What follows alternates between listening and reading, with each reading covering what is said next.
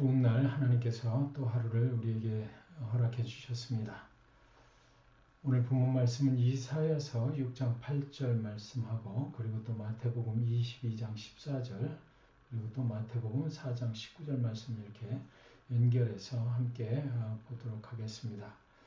오늘 본문 이사야서 그 6장의 말씀은요, 저를 예전에 새벽 기도 시간에 부르신 하나님의 말씀이라서 제 인생에는 정말 의미가 있는 그런 잊을 수 없는 말씀이기도 합니다. 오늘 이사야 6장에서 이사야 선지자는 어느 날 하나님의 거룩한 존전 앞에 서 있습니다. 거룩하신 하나님 앞에 설 때에 우리 인간은 무엇을 느끼게 되나요? 그때 내가 말하되 화로다 나여 망하게 되었도다. 나는 입술이 부정한 사람이요 나는 입술이 부정한 백성 중에 거하면서 만군의 여호와이신 왕을 배웠음이로다 했더라. 이 모습 이대로 하나님 앞에 나올 수 없는 부족함을 깨닫게 되는 거죠.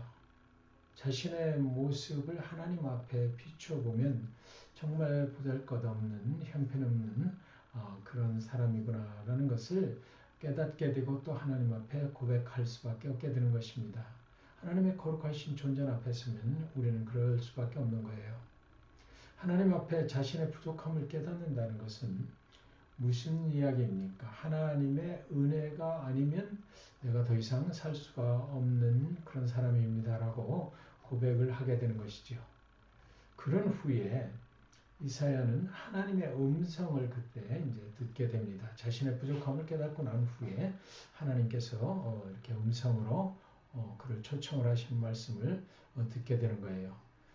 내가 누구를 보내며 누가 우리를 위하여 갈꼬. 이 말씀은 내가 내 명령에 순종하여서 가야만 한다라는 그런 부르심은 절대 아닌 거지요. 하나님은 사람을 찾고 있다라는 말씀입니다. 그래서 이 질문은 하나님의 초청인 것입니다. 저와 여러분이 이런 하나님의 음성을 듣게 될 때에 우리는 하나님의 초청에 응해도 되고 응하지 않아도 됩니다. 그런데 이사야는 하나님의 이런 음성을 듣자마자 곧장 응답했어요. 왜 그랬을까요? 아마도 이사야는 인생의 길을 가다가 자신의 부족함을 절실히 깨닫고 하나님께서 자신의 길을 인도해 달라는 그 간절한 소망이 하나님께 있지 않았을까요? 인생을 살다 보면 우리는 참으로 하나님 앞에 이런 심정이 될 때가 있죠. 하나님이 아니면 안 됩니다. 하나님 나의 길을 인도해 주시옵소서. 갈 길을 밝히 보여주시옵소서. 간절한 이런 소망을 가지고 있을 때 하나님께서 내가 누구를 보낼 거라는 음성을 듣게 되면 우리는 아마 이사야 선지자처럼 곧장 응답을 하고 내가 가겠습니다 이렇게 가지 않을까 생각을 해보게 됩니다. 하나님이 우리를 초청하실 때는 선택이 우리한테 주어집니다.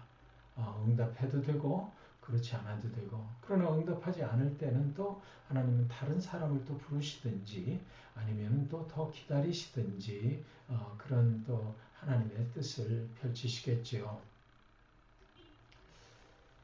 이사야의 그 소망을 아신 것 같아요. 그리고 하나님은 그날에 이사야를 하나님이 원하시는 사명의 길로 초청하신 것이 아닐까 그런 생각을 해보게 됩니다. 이사야가 아마도 그때 당시에 우리는 자세히는 알 수 없지만 하나님 앞에 간절한 소망이 있었던 것 같습니다. 내가 여기 있나이다 나를 보내소서. 하나님의 초청은 자신의 부족함을 절실히 깨달은 후에 듣게 되었습니다.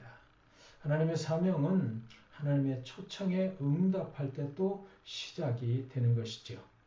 마태복음 4장 19절에서 예수님은 갈릴리 바닷가에서 일상을 아주 평범하게 살아가는 사람들을 초청을 하십니다.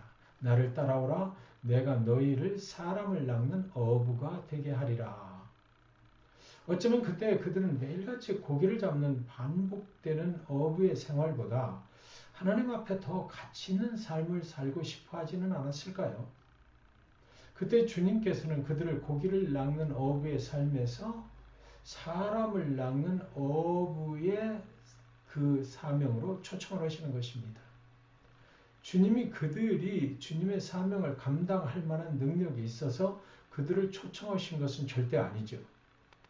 그러나 그 초청하시는 주님의 음성을 듣고 제자들은 즉시 또 그물을 버려두고 예수를 따랐다. 이렇게 성경에 기록이 되어 있는 것이에요. 하나님의 초청에 응하는 것은 하나님의 음성을 듣기 전까지의 삶의 그 방향을 이제는 하나님의 음성을 듣고 그 초청에 응하게 되면 완전히 다른 방향으로 바꾸는 큰 그 결단을 요구하게 되는 것입니다. 요구받게 되는 거죠. 오늘도 주님께서는 이 세상의 수많은 사람들을 향하여 내가 누구를 보낼고 그렇게 초청을 하고 계시다라고 저는 믿습니다. 이 초청에 응하려면 너무나 큰 삶의 변화를 위한 결단이 있어야만 응답할 수 있어요. 그래서 주님은 마태복음 22장 14절에서 말씀하시기를 청함을 받은 자는 많되 택함을 입은 자는 적으니라 말씀하셨습니다. 오늘도 하나님의 초청은 이렇게 계속됩니다. 그러나 그 부르심에 끝까지 응답하며 순종으로 나아가는 자는 많지 않다라는 말씀이죠. 하나님의 초청의 음성을 듣는 것과 그리고 하나님께 순종해서 그 삶을 헌신하며 하나님을 따르는 것은 차원이 다른 문제다라는 것이에요. 하나님의 부르심을 받는 것과 응답해서 그의 삶을 하나님의 사명에 헌신하며 살겠다고 응답하여서 택함을 받는 것과는 많은 차이가 있다라는 것입니다. 그러나 우리가 여기서 기억해야 할 것은 그렇다고 해서 하나님의 부르심에 응답하는 그런 삶을 산다는 것이 아주 어마어마한 일은 아니다라는 것이에요. 그 부르심은요, 예수를 믿고 살아갈 때에 우리가 살아가는 삶의 모든 터전에서 이 삶의 모든 터전은 하나님께로부터 온 것이잖아요. 그 하나님이 주신 모든 삶의 터전에서 하나님이 우리 각자에게 주신 그 사명을 진실하고 성실하게 실천하며 살면 된다라는 것입니다. 하나님은 어마어마한 사명을 막 우리에게 주셔서 우리의 삶을 다 희생해가면서 십자가를 지고 가고 막 이런 삶으로만 부르시는 것은 절대 아니죠. 하나님이 우리에게 이미 허락하신 그 삶의 터전에서 그 삶의 터전을 가지고 하나님의 영광을 위해서 살아가는 그런 부르심으로 우리를 초청을 하시는 것입니다. 이사야서 6장 8절에 내가 누구를 보내며 누가 우리를 위하여 갈꼬. 하나님은 이렇게 먼저 우리를 초청을 하셔요. 응답하는 자에게는 그가 할 수 있는 구체적인 사명을 이제 이렇게 말씀을 해 주시는 것입니다. 그래서 마태복음 4장 19절에 나를 따라오라 이렇게 말씀하셨어요. 나를 따라오라. 제자들에게 너희는 이제 오직 선교를 나가라 이렇게 말씀하시지 않으셨습니다. 그들이 지금 할 수 있는 능력은 예수님을 따를 수 있는 그 정도의 능력, 그것을 가지고 있는 것을 주님이 아셨던 것입니다. 그래서 일단 나를 따르라 이렇게 말씀하시는 것이에요. 주님은 우리를 부르실 때 우리 각자의 가지고 있는 능력을 아시는 것이지요. 그런 후에 그 길을 실제로 예수를 따르면서 주님의 명령에 순종할 때 우리는 이제 또 택함을 받은 자로 살게 된다는 것입니다. 택함 받은 자들은 이제는 뭐가 생깁니까? 택함의 열매를 맺게 되는 것이에요. 그 열매조차도 우리의 능력이 아니죠. 하나님의 은혜로 하나님께서 맺게 해주시는 그런 것이 될 것입니다. 오늘 아침에도 하나님은 여전히 우리를 초청하십니다. 내가 누구를 보내며 누가 우리를 위하여 갈꼬. 하나님의 초청 앞에서 우리 한번 생각해 봤으면 좋겠어요. 나는 그 하나님의 음성을 무시하면서 살고 있지는 않은가? 또는 그 음성을 듣고만 그냥 그 자리에 머물러 있지는 않은가? 아니면 이사야처럼 내가 여기 있나이다라고 응답하면서 또 그 제자들처럼 그물을 내려놓고 곧장 주님을 따르는 그런 제자인가? 이것을 한번 우리 자신의 모습 속에서 찾아봤으면 좋겠습니다. 밥 버포드의 그 하프타임이라는 그런 책이 있는데요. 이 책에서 그는 이렇게 말하고 있어요. 예수 그리스도를 인생의 중심에 모시면 엄청난 복을 얻게 된다는 것은 정말 거짓말입니다. 하지만 그렇게 할 때에 예수 그리스도를 우리의 인생의 중심에 모시고 주님의 부르심에 순종할 때에 세상에서 구하는 성공이라는 그 갈증을 잠재우게 됩니다. 예수 그리스도를 따르는 일은 세상을 등지는 일은 아니죠. 그러나 세상 속에서 우리가 끊임없이 예수 그리스도를 모르고 살아갈 때 느끼는 그 삶의 갈증, 이런 것들은 예수 그리스도에게 순종하고 주님을 따라가게 되면 그런 것들은 없어진다는 것입니다. 예수님 때문에 이 세상에서 반드시 우리가 복을 받고 성공하는 것은 아니에요. 그러나 예수님을 우리의 삶의 중심에 모시고 살 때에 이 세상의 그 삶의 갈증이 사라진다는 것입니다. 주님의 선하신 목적을 위해서 그래서 우리는 삶을 이렇게 살아가게 되는 것이죠. 그것이 사실 진정한 복된 삶이라 하는 것입니다. 오늘 하루 우리가 이 하루를 또 허락받아서 살아갈 때에 하나님의 부르심에 응답하시고 우리를 부르신 하나님의 인도하심을 따라서 우리의 삶이 온전히 주님을 따르는 그런 삶이 되시길 바랍니다.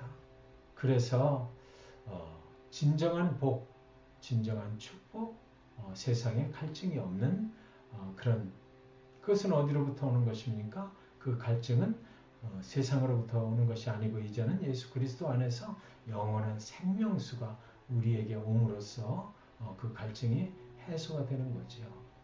저와 여러분의 삶 속에 그런 영원한 생명수가 넘치시기를 주님의 이름으로 간절히 축원드리는 것입니다. 기도하겠습니다. 하나님 아버지, 하나님의 초청의 음성을 이 시간 듣습니다.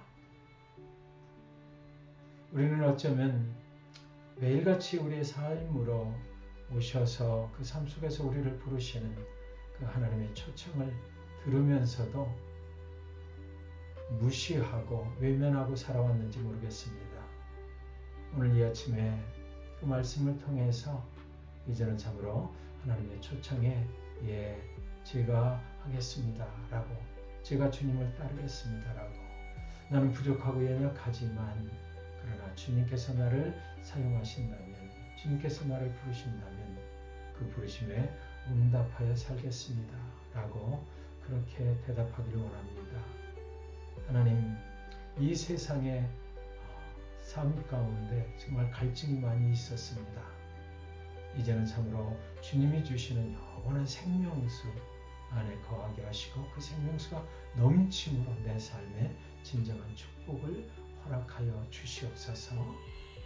오늘 하루 영원한 생명수가 이렇게 주님으로부터 저에게 넘쳐나는 그런 축복된 삶을 누리게 될 줄 믿사옵고 예수 그리스도의 이름으로 간절히 기도하옵나이다. 아멘.